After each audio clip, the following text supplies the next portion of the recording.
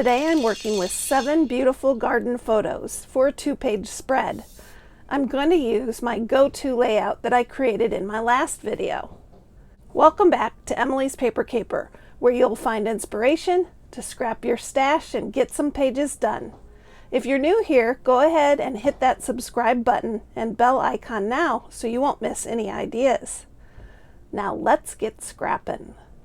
Here's a look at the 7 photos I'm featuring on this 2-page spread.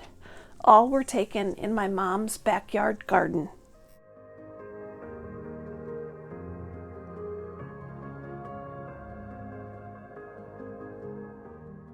One of my New Year's resolutions is to use up a selection of mats that I've placed in a certain basket. So I've pulled mats from this basket and now I'm selecting 3 or 4 photos to mat. I rarely mat every photo on a layout, but in the case of this 7-photo layout, I want 3 or 4 of the photos to have a mat.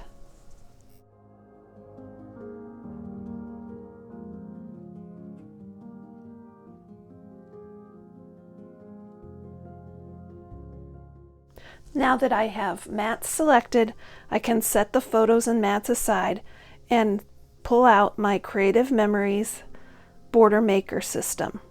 I'm going to create a border for the upper left and lower right hand corners of this 2-page spread.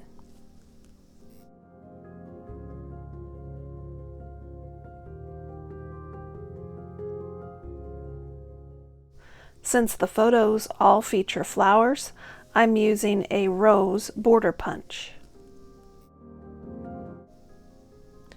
This is the first time using this particular punch design, and it really cut like butter. And it's very pretty. Either side of this pattern paper looks great with this design. I'll have to decide later which side to feature. I'm going to cut a strip to mount that border punch onto. And then I want to use another paper to create 2 background covers. I don't want to cover the entire background. I just want to put something over the stripes to kind of give the eye a visual break. Now that I have all the page elements, I can start to arrange everything on the 2 pages. First, the large pieces for the background.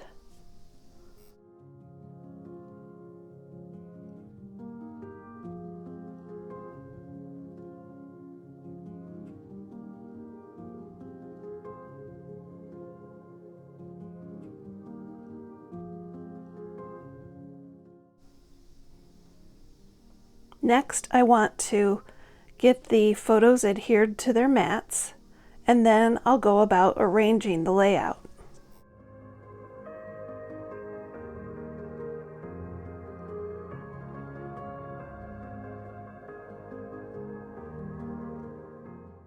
One page will have 3 photos, the other 4.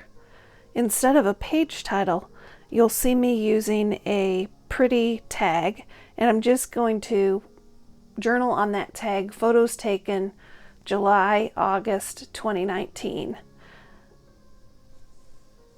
I plan to include these pages in an album all about Mom's garden, and so every page won't need to have extensive journaling or titling.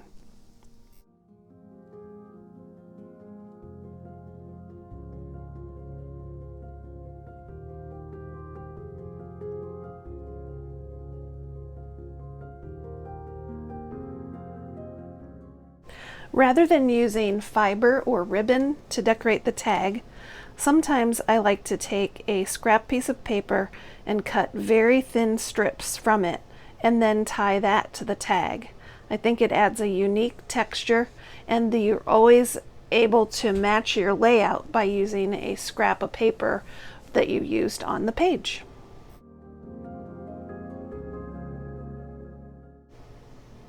The tag features an image of birds with a nest, and I think the thin strips of paper remind me of the types of things a bird would make its nest from.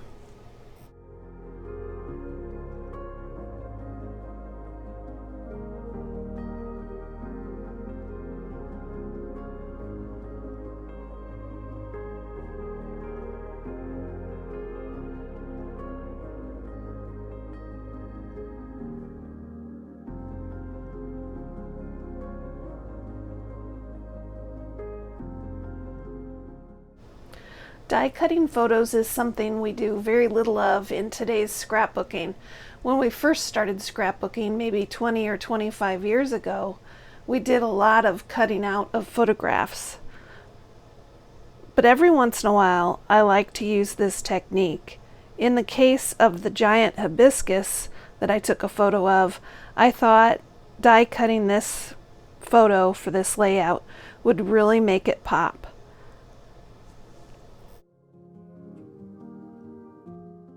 Now that the page elements are all arranged, I can adhere everything to the background. Don't worry, I won't make you watch me adhere everything. We'll skip right ahead.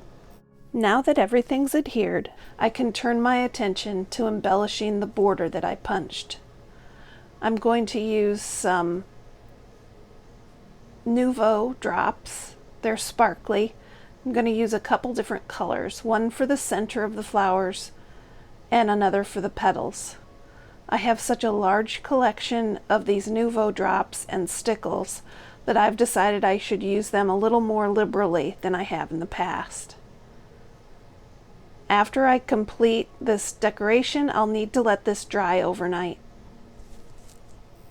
Usually, I only give these things about an hour to dry.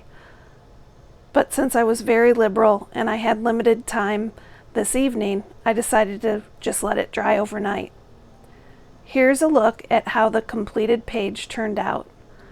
I've added the border to the top left of the page and the bottom right of the page. I'm quite pleased with this beautiful layout.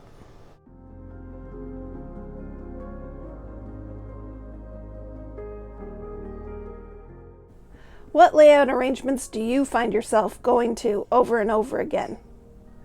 I'd love to hear all about it down in the comments. Until next time, keep on scrapping, everybody.